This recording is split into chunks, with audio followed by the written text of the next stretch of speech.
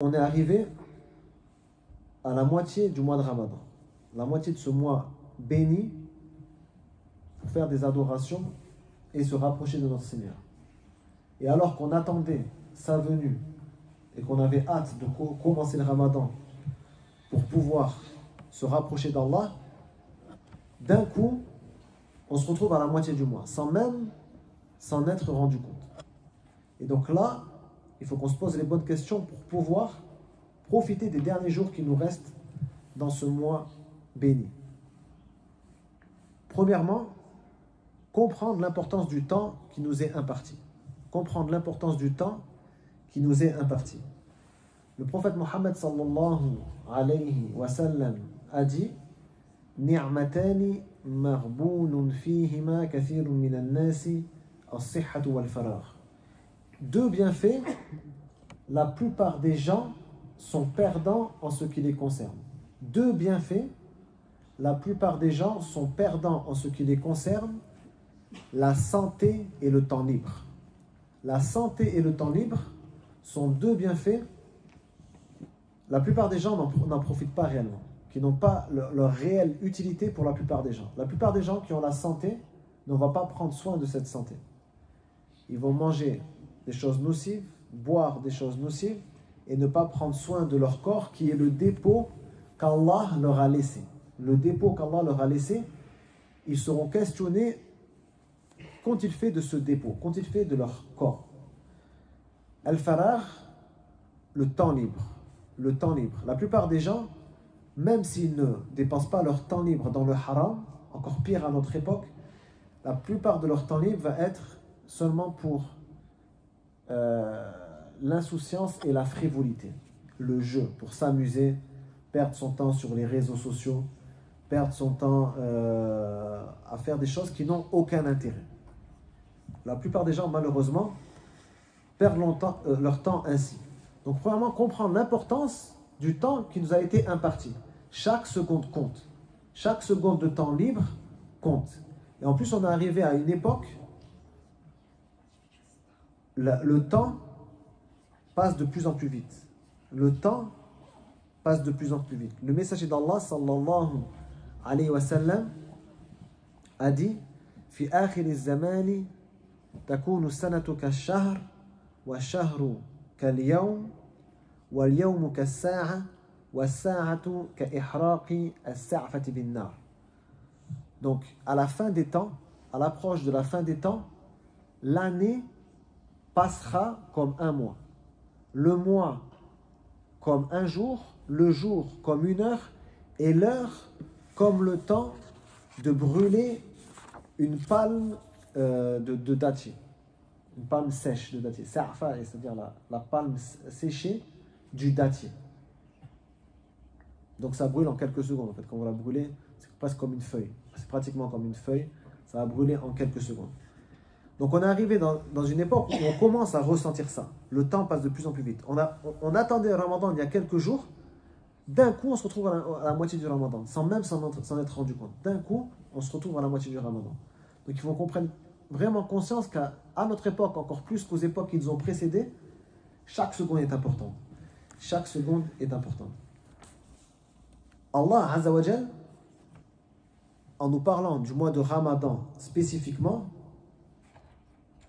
il dit ce sont quelques jours comptés. Ayyaman ma'doudat. Ce mois n'est que quelques jours comptés. Pas beaucoup de jours. Des jours qui sont en petit nombre, mais qui ont des bénédictions immenses. Des bénédictions immenses. Un bien sans fin pendant ces jours. Mais ils sont en petit nombre. C'est pour ça qu'il faut absolument faire le plus grand effort pour en profiter.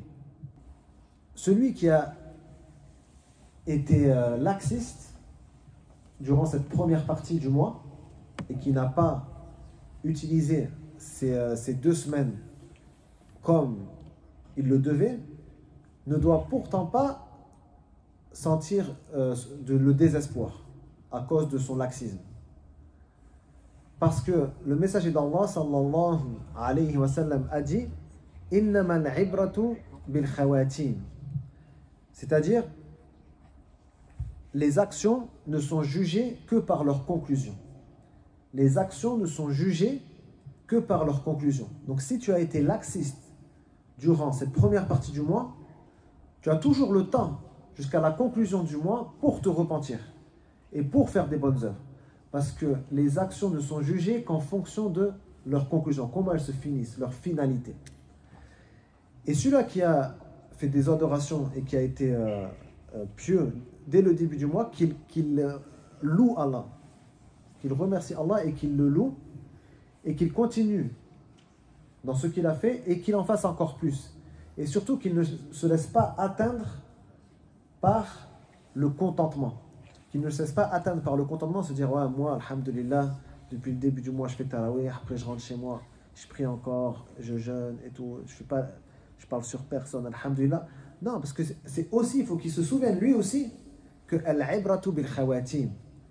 Les actions ne sont jugées qu'en fonction de leur conclusion. Donc il ne sait pas comment il va finir le mois. Donc il faut qu'il continue les efforts et qu'il demande à Allah Azza wa Jal de l'aider à finir ce mois dans la piété et l'adoration et qu'il fasse confiance en Allah Azza wa Jal en ceci. Donc ici, il faut qu'on se pose les bonnes questions. Maintenant, il faut qu'on se pose les bonnes questions. Est-ce que nous avons donné le droit à ce mois de Ramadan en obéissant à Allah comme il convient, ou est-ce que nous avons jeûné avec nos estomacs mais nous n'avons pas jeûné avec nos langues, nous n'avons pas jeûné avec nos yeux, nous n'avons pas jeûné avec nos oreilles, nous n'avons pas jeûné avec nos membres? Parce que jeûner, c'est pas seulement s'empêcher de manger et de boire. Jeûner vraiment, c'est s'empêcher de toute chose inutile et de tout péché, avec la nourriture et la boisson. C'est pour ça que le messager d'Allah, sallallahu alayhi wa sallam, c'est-à-dire avec l'abstinence de la nourriture et la boisson, c'est ça que je veux dire. C'est pour ça que le messager d'Allah, sallallahu alayhi wa sallam, il nous dit ليس الصيام الصيام عن الأكل والشرب وإنما الصيام عن اللغو والرفث. Le véritable jeûne, le jeûne véritable, ce n'est pas s'abstenir de manger et de boire. Le jeûne véritable, c'est s'abstenir des futilités et des péchés. Al-rafath, al-laghw, c'est les futilités. C'est le fait de parler de ce qui est inutile. Même si ce n'est pas un péché. Parler pour dire des choses inutiles, c'est du laghw. S'en abstenir fait partie du jeûne, du véritable jeûne. Al-rafath, c'est à la base les petits péchés. S'abstenir de faire des petits péchés. Donc, quelle est la situation de celui qui fait des grands péchés comme la médisance ou la calomnie alors qu'il est en train de jeûner? Wal-'iyadhu billah. Le mois du Ramadan, c'est 3 étapes. Comme le messager d'Allah sallallahu alayhi wa sallam l'a expliqué. Awwaluhu rahma wa awsatuhu maghfira wa akhiruhu 'itqun min an-nar. Il a dit le mois de Ramadan, son début, c'est la miséricorde. Il commence par la miséricorde. Son milieu, le milieu du mois de Ramadan, c'est le pardon d'Allah. Et la fin du mois de Ramadan, c'est la libération du feu. Le fait que tu sois, comment dire, la délivrance, on va chercher, la délivrance du feu. La fin du mois de Ramadan, tu es délivré du feu. Les personnes seront, par leur repentir et par leurs bonnes actions, délivrées du châtiment du feu. ويقول رسول الله صلى الله عليه وسلم من صام رمضان إيمانا واحتسابا غفر له ما تقدم من ذنبه. وهذا في اللغة عام. غفر له ما تقدم من ذنبه. ما هذا من ألفاظ العموم. كأنه قال غفر له كل ما تقدم من ذنبه حتى الكبائر. وهذا أصح القولين في مثل هذا الحديث أن ما جاء في العموم في كل ما تقدم من ذنبه هو للكبائر والصغائر ليس للصغائر فقط. فمن صام هذا الشهر إيمانا تصديقا بوعد الله عز وجل واحتسابا طلبا للأجر منه تعالى غفر له كبائر ذنوبه وصغائرها. Le messager d'Allah sallallahu alayhi wa sallam a dit, celui qui jeûne le mois du Ramadan avec foi et en espérant la récompense, tous ses péchés passés lui seront pardonnés. Et en arabe, la formule qui est utilisée, on appelle ça min alfaz al-umum, c'est parmi les formules de généralité. Ma taqaddama min dhanbihi. C'est-à-dire, c'est comme si vraiment il disait tous ses péchés passés lui seront pardonnés. Ce n'est pas juste les petits péchés. Comme certains exégètes ou commentateurs du hadith ont dit, c'est les petits péchés, mais s'il a fait des grands péchés, il devra forcément s'en repentir. Non. En vérité, ça indique que, Inch'Allah, tous les péchés, même les grands péchés, du moment que tu as jeûné ce mois avec foi et en espérant la récompense, tous tes péchés passés seront pardonnés bi'iznillahi ta'ala. Celui, comme je l'ai dit, qui a été laxiste pendant le début de ce mois, il ne doit pas désespérer de la miséricorde d'Allah. Parce que Allah Azza wa Jal nous dit Ya ibadiy alladhina asrafu ala anfusihim la taqnutu min rahmatillah inna Allah yaghfiru dhunuba jami'a innahu huwal ghafurur rahim. Allah s'adresse directement aux pécheurs en les nommant mes serviteurs, qui à la base c'est un honneur. Quand Allah il t'appelle, il te dit Ya abdi, Allah Azza wa Jal, quand il parle du prophète Mohammed sallallahu alayhi wa sallam qui a fait l'Isra, Subhanalladhi asra bi abdihi. Vous voyez, c'est parce que c'est un honneur que Allah il te nomme comme ça, son serviteur. Ya ibadi, ô mes serviteurs, alladhina asrafu ala anfusihim, qui ont été injustes envers eux-mêmes, La taqnutu min rahmatillah, ne désespérez pas de la miséricorde d'Allah. Inna Allah yaghfiru dhunuba jami'a. Allah pardonne tous les péchés. Innahu huwal ghafurur rahim. C'est lui le pardonneur, le miséricordieux. Donc celui qui a même fait des péchés au début de ce mois ne doit pas désespérer et savoir que il a toujours la chance de se repentir et de revenir à Allah, et que la fin de ce mois, c'est la délivrance du feu. La fin du mois de Ramadan et la délivrance du feu. Donc il doit être fort pour la fin de ce mois, faire des efforts pour se rapprocher de son Seigneur et rentrer en concurrence pour avoir sa place parmi ceux qui ont été délivrés du feu de l'enfer. Donc ceci, ça commence par le fait de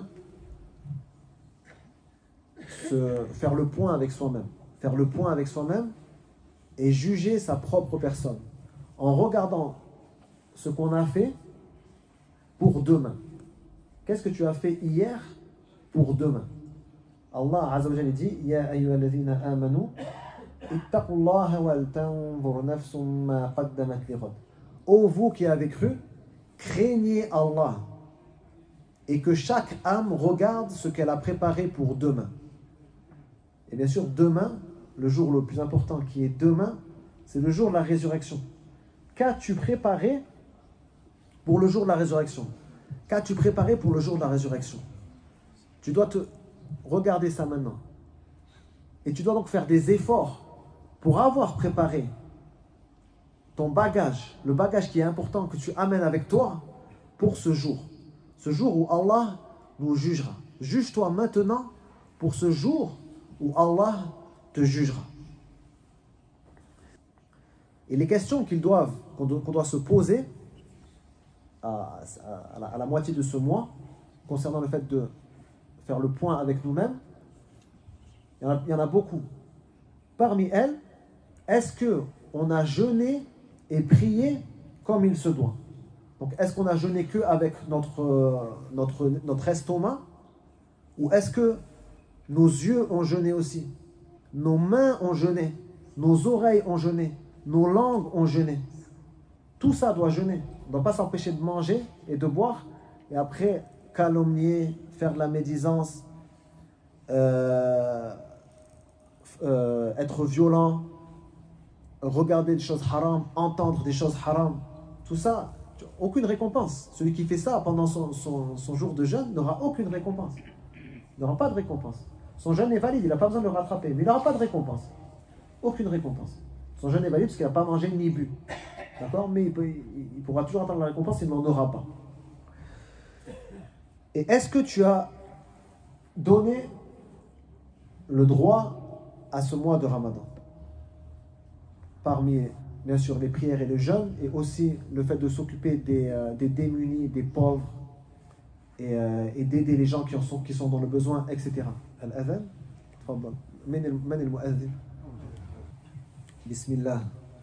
Donc je disais le fait de donner le droit à ce mois de Ramadan, pas seulement en jeûnant et en priant le tarawih, mais toutes les catégories de bonté, le fait d'aider les gens dans le besoin, de faire des dépenses pour eux, leur nourriture, pour les vêtir, le fait de lire le Coran, d'étudier les sens de ces versets, etc., etc. Tout ça, c'est le droit de ce mois, plus que n'importe quel mois, d'augmenter dans toutes les sortes de bonté, toutes les sortes de piété, toutes les catégories de bonté qu'on connaît. Et se poser la question, est-ce que j'ai fait ce qu'il fallait afin que mes péchés soient pardonnés? Ai-je fait ce qu'il fallait vraiment afin que mes péchés soient pardonnés? Parce que c'est ça le but, au final. Si tu jeûnes le mois de Ramadan, tu souhaites que tes péchés soient pardonnés. Est-ce que tu as vraiment fait ce qu'il fallait pour ça? Pose-toi la question. Et est-ce que tu as l'impression que depuis le début de ce mois, tu t'es rapproché d'Allah? Ou que ta situation est la même? Ou au contraire, peut-être tu t'es éloigné de lui? Il faut se poser toutes ces questions maintenant. Parce qu'on a passé la moitié. Et il convient de corriger ce qui doit être corrigé pour la fin du mois de Ramadan. Le messager d'Allah, sallallahu alayhi wa sallam, pendant les 10 derniers jours du mois de Ramadan, faisait des efforts dans l'adoration qu'il ne faisait pas pendant les 20 premiers jours. Parmi ces efforts qu'il faisait, al-i'tikaf fil masjid, la retraite pieuse dans la mosquée. Il est rentré pour le 20e jour du Ramadan, pour la 21e nuit du Ramadan. Il rentrait dans la mosquée, il n'en sortait plus jusqu'à la fin du Ramadan. Il n'en sortait plus jusqu'à la fin du Ramadan. On appelle ça al-i'tikaf, donc on traduit par la retraite pieuse. Il passait toutes ses nuits en prière et ne dormait plus du tout la nuit pendant les 10 derniers jours du mois de Ramadan. Il ne dormait plus la nuit, il faisait toutes les nuits blanches.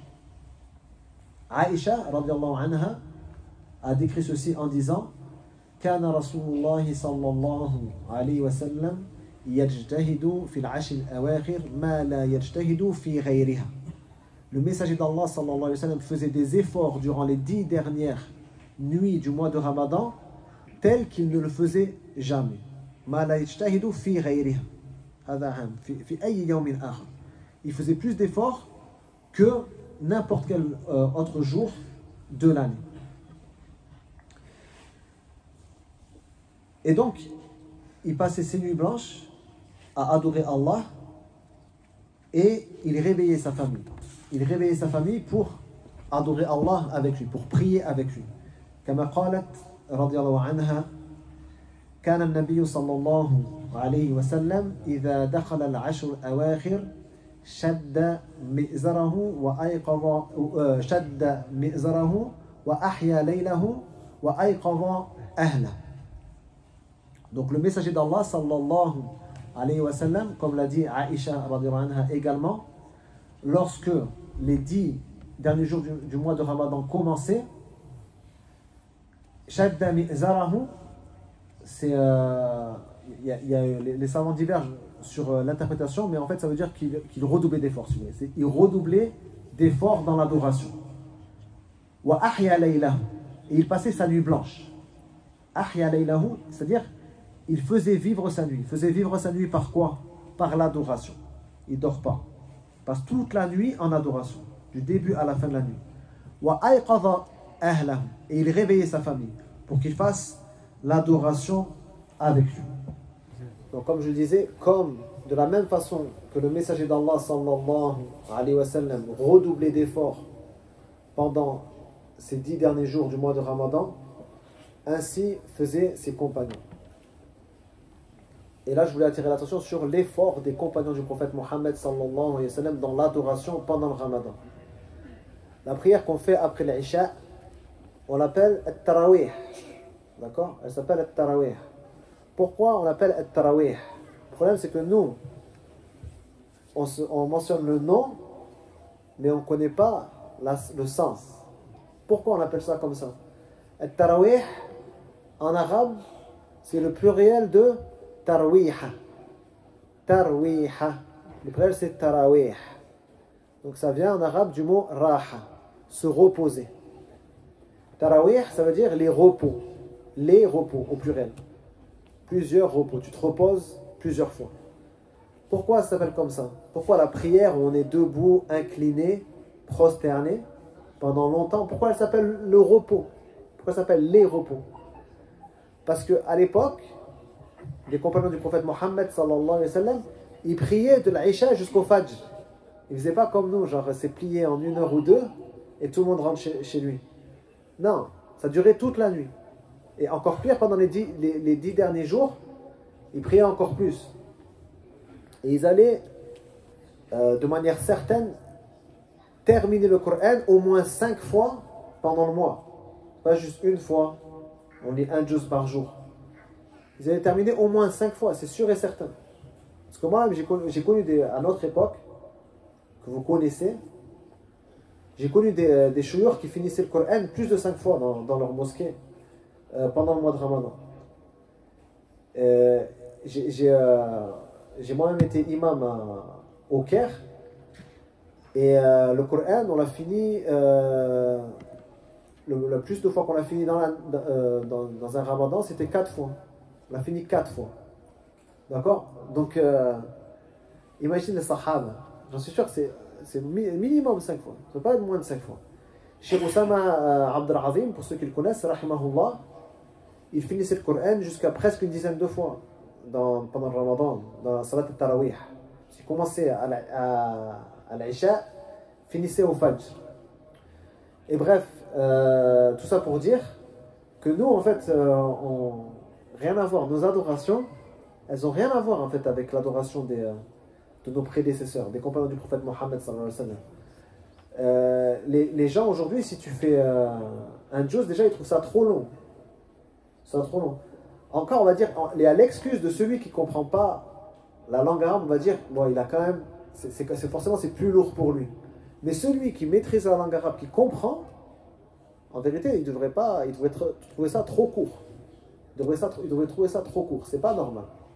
Tu vois, c'est un juz, finir le Coran qu'une seule fois dans le Tarawih, voilà, c'est rien. C'est rien quand tu regardes ce qu'eux, ils faisaient. Et donc, Tarawih, parce qu'ils se reposaient beaucoup, en fait. Ils se reposaient beaucoup, c'est ce qu'on appelle Tarawih, parce qu'ils allaient faire une prière de 1h30, 2 heures, ils se reposent 20 minutes, une demi-heure. Une autre prière de 1h30, 2 heures, chaque rak'atayn, elles font le temps de notre qiyam à nous. Chaque rak'atayn, elle dure le temps de notre qiyam, tout notre qiyam, comme ça, on finit en 2 heures maximum. Non, eux, c'était 2 rak'at pour eux. D'accord? Et donc, ils se reposaient parce que, essayez, vous allez voir, au bout d'une demi-heure que tu es debout, en fait, si tu ne ressens pas la concentration dans le Coran et le recueillement, ça va te faire mal sous les pieds, sur les parties qui touchent le sol, donc le talon, et au niveau, je ne sais pas comment appeler ça, là, les coussinets qui sont sous les pieds, et ton dos. Ton dos, ça va commencer à te faire très mal au bout d'un moment, à force de rester debout comme ça sans bouger. Donc en fait, tu as intérêt à ressentir la spiritualité dans la prière à ce moment-là. Sinon, ça ne sert à rien que tu restes debout comme ça. Et en fait, quand tu atteins un certain stade, où tu es tellement concentré dans la prière, et tellement tu ressens le khushu', le recueillement et tout, qu'en fait, tu ne vas plus sentir ça en fait. Tu ne vas plus le sentir. Tu vas juste être concentré sur le Coran, sur ce qui t'est dit, la parole d'Allah Azza wa Jal, ta prosternation, ce que tu demandes à Allah, Et en fait, c'est comme si tu atteignais un autre niveau de spiritualité. Wallah. C'est comme si tu atteignais un autre niveau de spiritualité. Et c'est pour ça que normalement, on devrait faire cet effort. Même si on fait un qiyam plus court au début de la soirée, dès le début du ramadan, on devrait faire un qiyam plus long après. Franchement, moi je vois que ça devrait être dans toutes les mosquées. Malheureusement, c'est juste pour les 10 derniers jours qu'on a un qiyam un peu plus long, ce qu'ils appellent tahajjud, à la fin, un peu avant le fajr, mais on devrait commencer ça dans l'idéal dès les débuts du ramadan.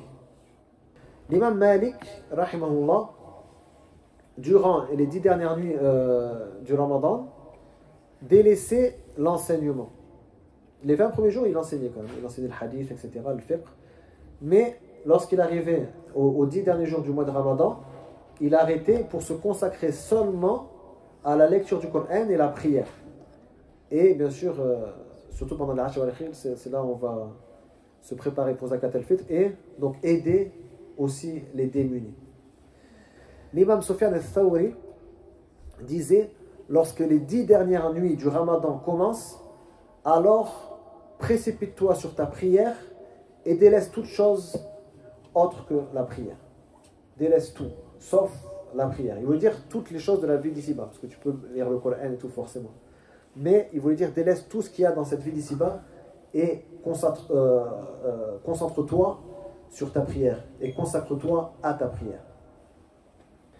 Et également les compagnons ainsi que leurs disciples pratiquaient l'i'tikaf pendant les 10 dernières nuits du mois de Ramadan. Et donc là, il y a une question qu'il est important de mentionner. Est-ce que l'i'tikaf, il est valide dans n'importe quelle mosquée ou c'est dans certaines mosquées et dans d'autres non? Bien sûr, il n'y a pas d'i'tikaf plus idéal et plus parfait que l'i'tikaf à la mosquée sacrée de la Mecque ou à la mosquée du prophète Mohammed sallallahu alayhi wa sallam à Médine ou la mosquée de Jérusalem, Al-Masjid al-Aqsa. Et la mosquée de Al-Masjid al-Aqsa, ce n'est pas le dôme doré. Juste parce qu'il y a beaucoup de gens qui pensent que Al-Masjid al-Aqsa, la mosquée d'Al-Aqsa de Jérusalem, c'est le dôme doré. Ça, c'est une mosquée omeyyade. Elle a existé après la mort du prophète Mohammed sallallahu alayhi wa sallam. Ce n'est pas la mosquée où le prophète a prié avec tous les prophètes lors de la nuit du voyage nocturne. Al-Masjid al-Aqsa, elle est grise, la coupole. Elle est juste à côté du dôme doré. D'accord? Donc, toutes les photos que vous voyez, il y a marqué Al-Masjid al-Aqsa, le dôme doré, c'est pas celle-là. C'est une erreur très très répandue, faites-y attention. Al-Masjid al-Aqsa, c'est le dôme, il est gris sombre, d'accord? Gris sombre. Et bref, il n'y a pas d'i'tikaf idéal et parfait, sauf dans ces 3 mosquées. Le messager d'Allah, sallallahu alayhi wa sallam, il a dit La i'tikafa illa fil masajid al-thalatha, al-masjid al-haram, masjid hadha, ou al-masjid al-aqsa. Il n'y a pas d'i'tikaf sauf dans ces 3 mosquées. La mosquée sacrée, à la Mecque, ma mosquée, il veut dire la mosquée de Médine, et la mosquée de Jérusalem, al-masjid al-aqsa. Ça ne veut pas dire il n'y a pas d'i'tikaf dans le sens il n'y a pas d'i'tikaf valide. Ça veut dire il n'y a pas d'i'tikaf parfait, sauf dans ces 3 mosquées. Mais sinon, tu peux faire l'i'tikaf dans n'importe quelle mosquée, bishart an yakuna masjidan jami'an tuqamu fihi al-jumu'ah. Hadha huwa ash-shart. La condition à cet i'tikaf, le fait que on fasse la prière du vendredi dans cette mosquée. Tu ne fais pas l'i'tikaf dans une mosquée où on ne fait pas la prière du vendredi, parce que tu vas être obligé de sortir. Tu vas être obligé de sortir tout simplement. D'accord? Donc parmi les adorations dont on doit prendre soin et dans lesquelles on doit faire des efforts pendant ces 10 derniers jours, la lecture du Coran. Et beaucoup de prédécesseurs, parmi les compagnons, leurs disciples et les grands imams, finissaient le Coran pendant le Ramadan chaque nuit, à la différence du reste de l'année où ils n'allaient pas le finir tous les jours. Pendant le Ramadan, ils allaient le finir chaque nuit. Il y a des gens qui pensent que c'est impossible. Mais ce n'est pas du tout impossible. Quelqu'un qui connaît bien le Coran, qui l'a bien mémorisé, il peut facilement lire Surat al-Baqarah en respectant les règles. Il va lire vite, mais il va respecter les règles. Il lit en arabe. On disait al-hadr, mais al-hadr al-sari', il lit très vite, mais il respecte. Il va le lire entre une demi-heure et 1 heure. Donc 50 pages du Coran. Le Coran, c'est 600 pages. D'accord? Donc il peut totalement lire l'intégralité du Coran dans la nuit. Il n'y a rien qui est impossible là-dedans. Les gens, ça ne va pas être impossible. Wallah, c'est pas du tout impossible. Et moi, je connaissais des frères qui le finissaient tous les jours. Moi, personnellement, je n'ai jamais fini le Coran dans la journée. Mais je connaissais des frères, Tullab al-Ilm et tout, qui le finissaient toutes les nuits. Principalement des Marocains et des Libyens. Ils avaient tellement appris bien le Coran alors qu'ils étaient petits, qu'en fait, ils finissaient très facilement. Ils finissaient très facilement dans la journée pour eux, ou dans la nuit, c'était pas difficile de le finir. Donc, c'est pas impossible. L'imam al-Shafi'i, rahimahullah, pendant le Ramadan, il aimait aller à Alexandrie, quand il habitait en Égypte, il aimait aller à Alexandrie pour garder les frontières. D'accord? C'est comme s'il s'engage juste pour le mois de Ramadan. Il s'engage pour garder les frontières, pour protéger les frontières. Et alors qu'il était là à veiller la nuit pour protéger la frontière, il finissait le Coran tous les jours. Tous les jours, il finissait une lecture en entière du Coran. Donc, il est également fortement recommandé de faire des efforts pour aider les pauvres et les nécessiteux. Kana Abdullah ibn Omar في رمضان لا يفطر إلا مع مساكين هو يطبخ ويبحث عن مساكين يفطر معهم. ابن عمر رضي الله عنهما كان لا يفطر في رمضان إلا مع مساكين. Abdullah ibn Omar, tous les jours du mois du Ramadan, il préparait de la nourriture et il cherchait les pauvres de la ville pour pouvoir rompre le jeûne avec eux pendant tout le mois de Ramadan. Il faisait ça pendant tout le mois de Ramadan. Donc parmi les œuvres bien à faire pendant ces derniers jours, chercher les mosquées par exemple qui préparent l'iftar pour les nécessiteux, etc. Les aider par exemple, les aider soit par de l'argent si on en a, les aider bénévolement en aidant à la cuisine, en aidant à organiser, etc. Mais passer du temps là-dedans, c'est une très bonne adoration pendant ces 10 derniers jours. Et je vais finir, pour ne pas être trop long, par mentionner la chose la plus importante dans ce mois de Ramadan, dans les 10 derniers jours du mois de Ramadan, Laylatul Qadr, la nuit du Qadr. Et le traduire par la nuit du destin, c'est pas exact, parce que Al-Qadr, ça ne veut pas dire le destin. C'est Al-Qadar, le destin. Al-Qadr, c'est Al-Sharaf, la noblesse, l'honneur. Laylatul Qadr est Laylatul Sharaf. C'est pas la nuit du destin, c'est la nuit de l'honneur, la nuit de la noblesse. Et donc Allah Azza wa Jal dit à son sujet Laylatul Qadri khayrun min alfi shahr. La nuit du Qadr est meilleure que 1000 mois. 1000 mois, ça fait un peu plus de 83 ans. 1000 mois, ça fait un peu plus de 83 ans. Si tu passes ta nuit à adorer Allah, c'est comme si tu avais adoré Allah durant 83 années. 83 années à adorer ton Seigneur. Donc c'est une occasion qu'on ne laisse pas passer. D'accord? Donc le plus probable, c'est qu'elle se situe dans les nuits impaires, 21, 23, 25, 27, 29, des 10 derniers jours du mois de Ramadan. Ça, c'est le plus probable. D'accord? Mais dans certains hadiths, le messager d'Allah, sallallahu alayhi wa sallam, il dit seulement « Iltamisuha fil ashr awakhir » sans citer les nuits impaires. Cherchez-la, recherchez-la dans les 10 dernières nuits.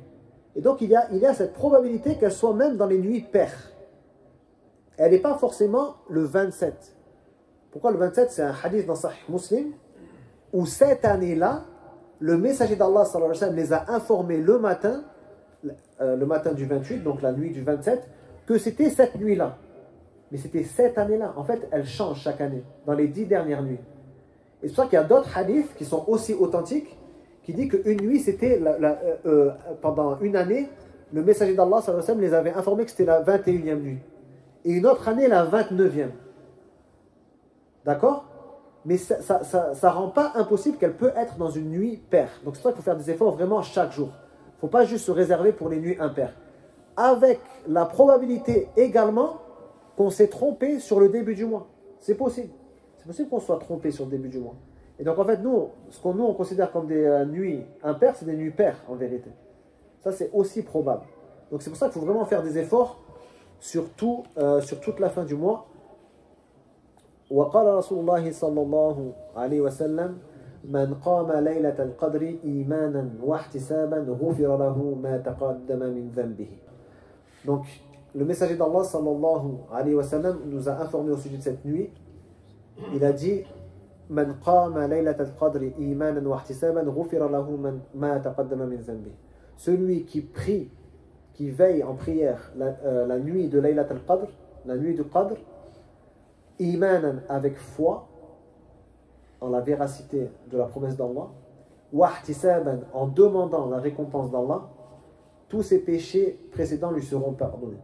Et donc l'avis le plus correct, comme je vous l'ai dit au sujet de ces hadiths-là, c'est que ça concerne les grands péchés comme les petits péchés. Tous tes péchés sont pardonnés. Si tu arrives à atteindre et à avoir le mérite d'avoir adoré ton Seigneur durant cette nuit. Allahumma Rabbana, inna nas'aluka an tuballighna laylat al-qadr. Allahumma ballighna laylat al-qadr waj'alna min al-qa'imin fiha al-muhtasibin ajrak al-mu'minin biwa'dik. Allahumma taqabbal minna qiyamana wa siyamana wa sadaqatina. اللهم يسر علينا الطاعات كلها في هذا الشهر الكريم واغفر لنا وصل وسلم على نبينا محمد وعلى آله وصحبه.